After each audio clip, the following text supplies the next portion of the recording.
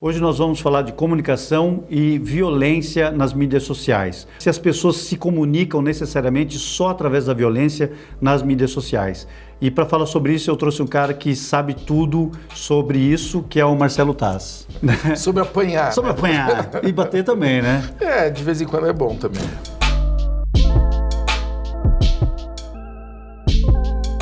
Mas assim, já que você apanha e bate, eu queria começar com uma pergunta muito simples para você. Marcelo, o que é a vida? Mas essa é muito fácil. Isso é muito fácil. A vida é bater e apanhar, né? A vida é bater e apanhar. E eu gosto muito de que bater e apanhar não seja violência física, mas seja diálogo. Porque quando você dialoga, a gente está falando bater e apanhar, obviamente, brincando, mas você está colocando a possibilidade de você perder. E isso é que eu creio que é raro, viu, André, hoje. Mas será que isso, cara, a gente estava falando aqui do nosso último encontro em Roma, né? E nós estávamos num lugar de turistas, estavam lá bebendo a nossa cerveja e tal, e depois... Delicioso lugar. E depois de alguns meses eu descobri que um dos bares ali do lado é um bar fascista que homenageia Ezra Pound. Um filósofo, Olha aí. Né? Olha aí. Chama o movimento Casa Pound. Então, assim, sabe, será que hoje também o diálogo, será que o diálogo, por exemplo, eu vou homenagear e vou falar assim, olha, o meu direito de expressão, eu vou homenagear o fascismo e quero dialogar sobre isso. Será que isso já não é uma violência? Não. Eu acho que... Você acha que vale a pena discutir com essa gente? Não é discutir. Eu acho que tem que ter diálogo. E o fascismo, ou o islamismo, ou o comunismo, seja qual for o ismo, o bolsonarismo, o lulismo, eles têm que estar abertos ao diálogo. E quando eu falo perder, é você não entrar numa discussão... você só topa entrar se você for ganhar, assim, entendeu?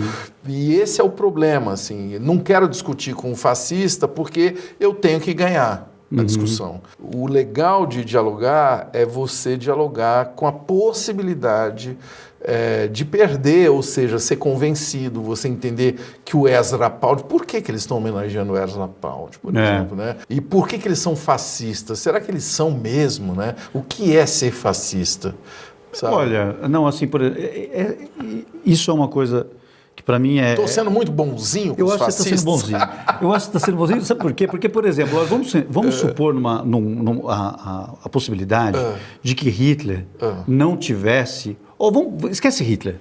Vamos pegar o Ustra, que o Bolsonaro... o torturador. Né? O torturador. Que ele tivesse vivo até agora, então. Isso. E aí o Bolsonaro lá homenageando ele, e aí então um jornalista fala assim, vamos ver o que ele acha, se ele era ou não torturador. E ele ali naquele momento fala assim, olha, não, eu não fui um torturador, sabe? Ou eu fiz coisas que, sabe o quê? Na minha época eram normais.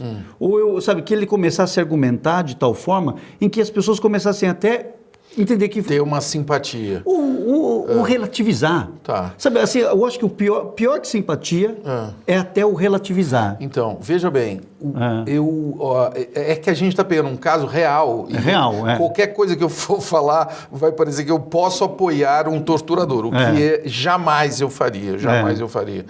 O que para mim é claro é o seguinte, não é possível, não se admite tortura, violência, entendeu? Agressão, seja por conta racial, por conta de gênero, isso não se admite, tá? Isso posto, quando a gente vai falar de tortura ou de ditadura, que é como a gente hoje discute no Brasil, eu acho que é muito importante entender o contexto do que a gente está falando. Então, por exemplo, querer relativizar que Vladimir Herzog não foi assassinado, não dá. Não dá. Né? Que Rubens Paiva não foi assassinado, não dá, porque são fatos. Que o pai do presidente da OAB, né? Não dá. Criar uma subhistória. Não dá. Agora, creio que é a hora, é um excelente momento para o Brasil entender que a história brasileira não é feita de mocinhos e bandidos. Porque a minha infância e a minha adolescência, a minha juventude,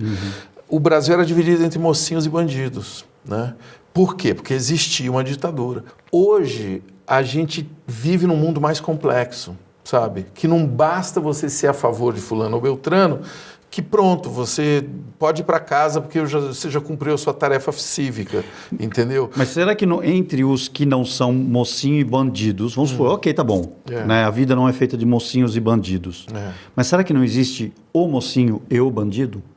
Sabe, assim, dentro do, vamos supor que o torturador, o Hitler, ou sei lá quem seja, esses assim, mesmo que os alemães, entre a sociedade alemã, naquele momento, não fossem mocinhos e bandidos, existia uma referência de um bandido, porque tem eu acho que tem uma frase muito interessante, né, de um filósofo, Slavoj Žižek, um filósofo, né, esloveno, que ele fala, você nunca tem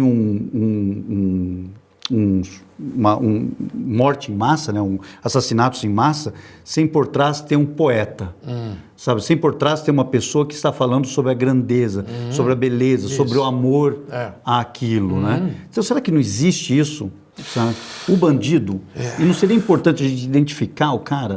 Sabe o que é? Quando a gente fala este é o bandido, você está dando o seu viés, sabe? E para mim hoje é muito importante, já que a gente está falando de violência em rede social, entender o que é viés, sabe? Porque todo julgamento ou todo ponto de vista tem um viés. E isso é que hoje cria uma impossibilidade, ou pode criar, né? Uma impossibilidade de diálogo. Porque fica assim... Se não houver diálogo, o que vai acontecer? O que é pior que pode acontecer? Violência. A violência é produto da falta de diálogo, né? Seja o pai com o filho, seja de parceiros, né? Marido, mulher, ou parceiros em geral, ou de nações, ou de grupos, você que convive com talvez a violência mais em estado bruto e visível, que são os extremistas, que são, enfim, células de terroristas e tal, essa violência é a mais nítida expressão da ausência absoluta de diálogo. Quer dizer, quem vai para uma guerra dessa vai, assim, não há a menor chance de eu mudar de opinião. E esse é o mundo que nós não podemos entrar, sabe? Não a gente não pode entrar nesse mundo. E quando existe uma divisão para falar assim, não, os legais aqui são aqueles caras que estão do lado da Paulista e os que estão do outro lado da Paulista não são os legais. Quando existe isso, meu amigo, acabou a conversa. Você está sendo bonzinho. Você está sendo bonzinho. Mas eu sou fofo. Você é fofo. Não, no fundo, assim, como eu te falei, e isso não é fato, eu apanho bastante nas redes, porque tenho muitos seguidores, eu tenho redes muito antigas, no Twitter mesmo, 12 anos que eu estou no Twitter. Então, eu aprendi ao longo desses anos que não vale a pena apagar incêndio com gasolina. Tem não vale a pena. Uma frase que agora eu não vou lembrar o nome da real autora da frase, mas atribui-se a Voltaire, que é assim, eu posso não concordar com o que você está dizendo, mas eu vou lutar até o fim. Você ter o direito de dizer o que você acredita. É isso aí. Essa regra, será que ela teria existido se já existisse o Facebook e o Twitter? Teria. Será? Aliás, eu acho que cada vez mais essa regra. Aliás, o Voltaire é o meu oráculo. Assim, é o meu livro, é o filósofo que mais me influenciou até hoje e que cada vez é mais atual para mim. Por quê? Espírito livre. O Voltaire teve que mudar de país várias vezes, porque ele era perseguido na França. Ele era de uma família um pouco meio vira-lata, meio nobre, quer dizer, e aí a nobreza às vezes não aceitava ele, os vira-latas não aceitavam. Aí ele virava amante da mulher de um visconde, aí apanhava, aí ele ia para a Inglaterra, aí era expulso da Inglaterra, aí ia morar na Suíça. Enfim, ele é um cara que tem um espírito livre e até o final da vida praticou o livre pensar, quer dizer, falar o que ele pensa com humor, o que é mais difícil ainda, quer dizer, alguém que é contundente e usa o humor, porque o humor é uma maneira de você também ficar mais frágil, né? Porque desfragilizar. Fragilizar, você é o palhaço, você é aquele cara que as pessoas não levam... e aí é a hora de que ele entra, né? Que ele tem ele é muito afiado, como nessa frase, né? Então, assim, sabe, como você falou assim, eu vivencio momentos de extrema violência, né? Momentos onde as pessoas acabaram perdendo toda a fé no diálogo, toda a fé na própria coexistência. Mais do que no diálogo, porque uma coisa é quando você não dialoga, mas você coexiste. Sabe? Mas ali a coexistência não é mais possível. E aqui no Brasil, dizem sempre que nós temos uma guerra velada, e uma vez eu fiz um projeto sobre violência e eu falei, olha, nós não temos uma guerra. Nós temos um caso de delinquência crônica. E a delinquência crônica, ela se assemelha à guerra. Né? Mas eu lembro que no teu programa, as pessoas discordaram. Falaram, não, aqui tem guerra, aqui tem guerra, aqui tem guerra. Como é que a gente, então, dialoga?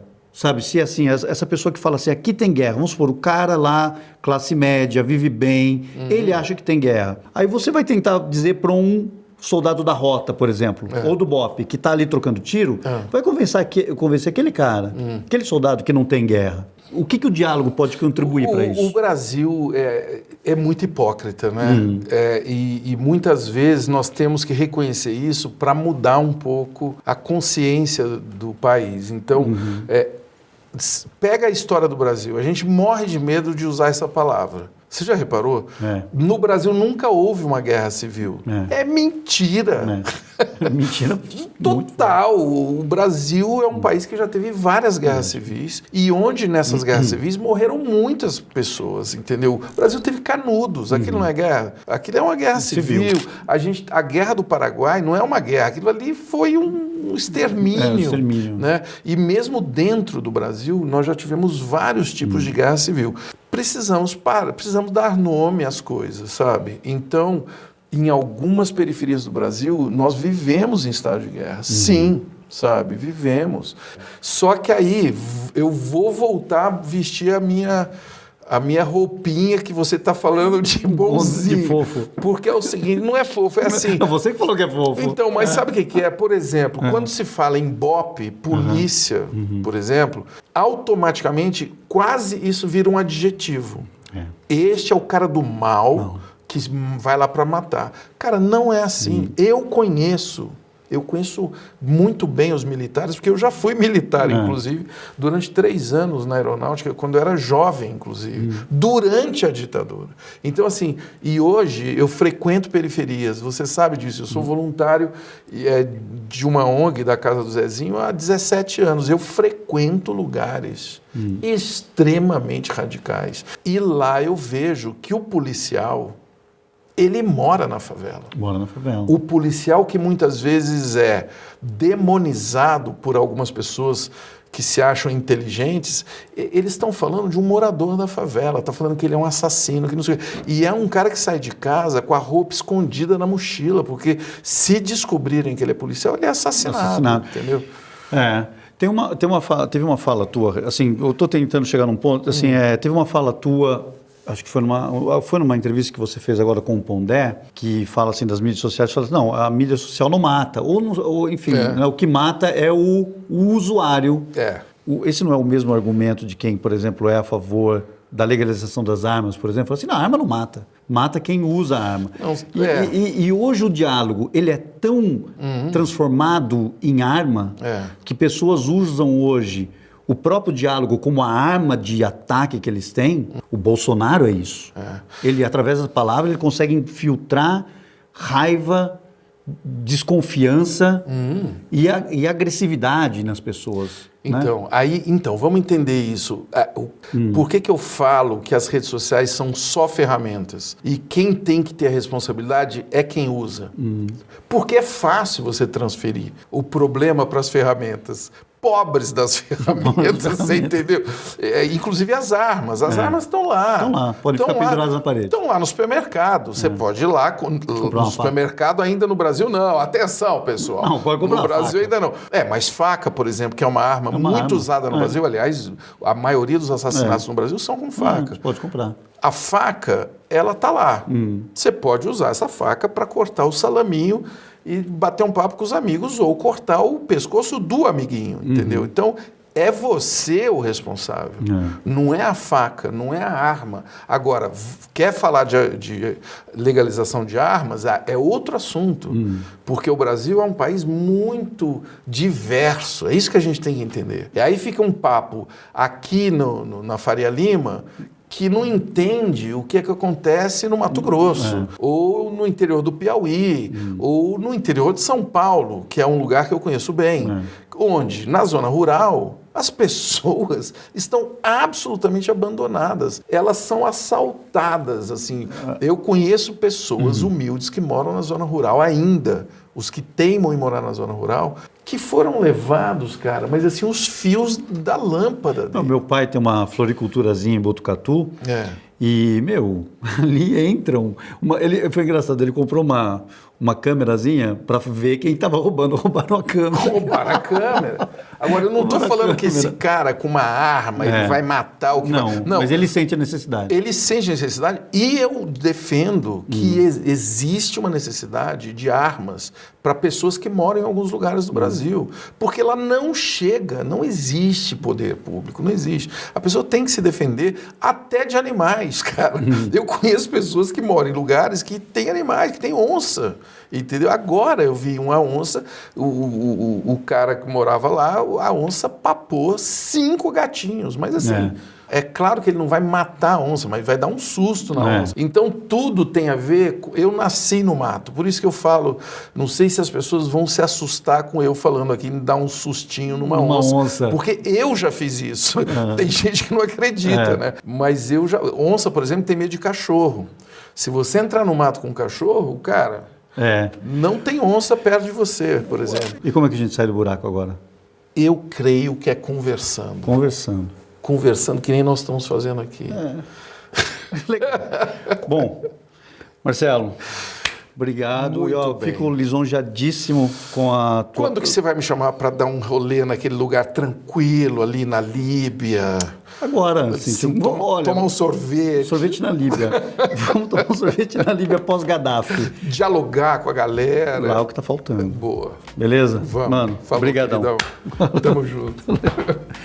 Bom, se você gostou dessa entrevista e quer mais entrevistas como esta, que não vão ser como essa, porque essa aqui foi muito boa, acho. Dá um like, curte o nosso canal e deixa os comentários, faz perguntas que a gente vai respondendo aí. Obrigado.